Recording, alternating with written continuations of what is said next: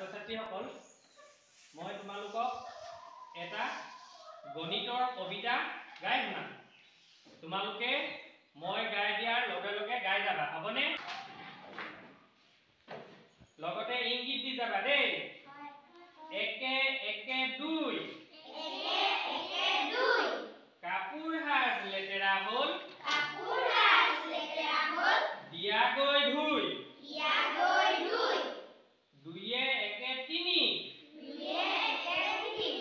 ৰামধেনুৰ ৰংবোৰ পোৱানে বাৰু চিনি তিনিয়ে একে চাৰি চাৰিআলিটো আছে দোকানেৰে ভৰি চাৰিয়ে একে পাঁচ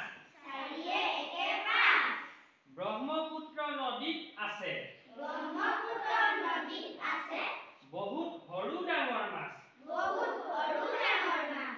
পাছে একে ছয় সঁচা কথা ক'বলৈ কোনেও নকৰিবা ভয় ছয় একে সাত ঘৰলৈ আলহী আহিলে তুমি দিবা মাত হাতে একে আঠ অসমৰ হাবিত আছে দামী দামী কাঠ আঠে একে ন হাতত কিতাপ বহি ল নয় একে দহ ভাল মানুহ হ'বলৈ মন দি পঢ় বঢ়িয়া ভাল লাগিলেনে কবিতাটোৰ পৰা যুগৰ ধাৰণা পালো হয়নে যুগৰ ধাৰণা পালো একে একে কিমান আছিলে দুই দুইয়ে একে কিমান তিনি একৰ লগত যদি আমি এক লগ লগাই দিওঁ তেনেহলে দুই হ'ব হয় নাই দুই লগত যদি আমি এক লগ লগাই দিওঁ তেনেহলে তিনি হ'ব হয়নে আমি এতিয়া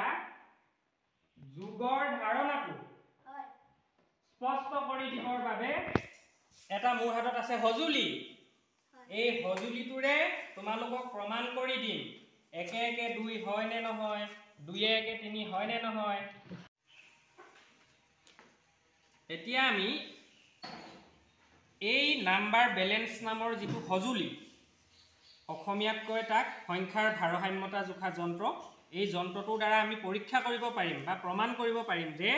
একে একে দুই হয় নে নহয় দুইয়ে একে তিনি হয় নে নহয় পাঁচে একে ছয় হয় নে নহয় তোমালোকে চাই যাবা এফালে লিখা আছে 1 2 3 কে দেখিছানে 10 লৈকে আছে নে নাই আছে আমি এতিয়া 4 লগত 2 যোগ কৰিলে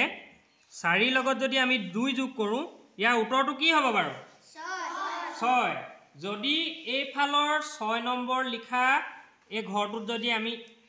এইটো ভৰাই দিওঁ তেতিয়া হলে ই সমান হ'ব লাগিব তেতিয়া 6 বুলি উত্তৰটো ওলাব এটো সমান হ'ল দেখিছানে দেখিছা তাৰ মানে 4 লগত 2 যোগ কৰিলে 6 হ'ব বা 2 লগত 4 যোগ কৰিলে 6 হ'ব হেতু উত্তৰটো শুদ্ধ হয়নে 5ৰ লগত আমি যদি আৰু এটা 5 যোগ দি দিওঁ 5ৰ লগত যদি আমি আৰু এটা 5 যোগ দি দিওঁ ইয়াত দুটা 5 আছে দেখিছানে দেখিছা 5ৰ লগত 5 যোগ দি দিলে কি হ'ব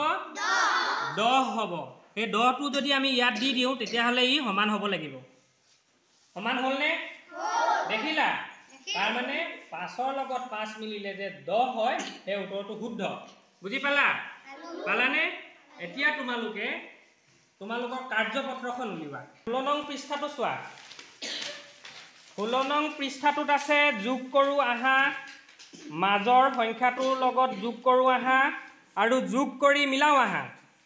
এইখিনি তোমালোকে কৰিব পাৰিবানে তোমালোকে এইখিনি কৰাৰ পাছত এই সজুলিটোৰ সহায়ত আমি সেইখিনি শুদ্ধ হৈছে নে নাই তাক পৰীক্ষা কৰি চাম হ'বনে ঠিক আছে কৰাচোন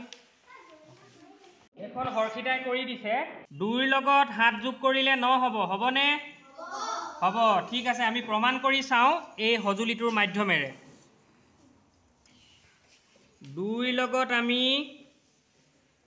7 যোগ কৰি দিছোঁ উত্তৰটো ওলাইছে 9 এইফালে 9টো দি চাওঁ উত্তৰটো শুদ্ধ নে ভুল ওলাই যাব বঢ়িয়া শুদ্ধ হৈছেনে তাৰ মানে ই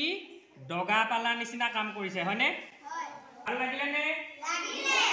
এতিয়া তোমালোকে কাৰ্যপত্ৰখিনি মোক জমা দিয়া মই এতিয়া চেক কৰিম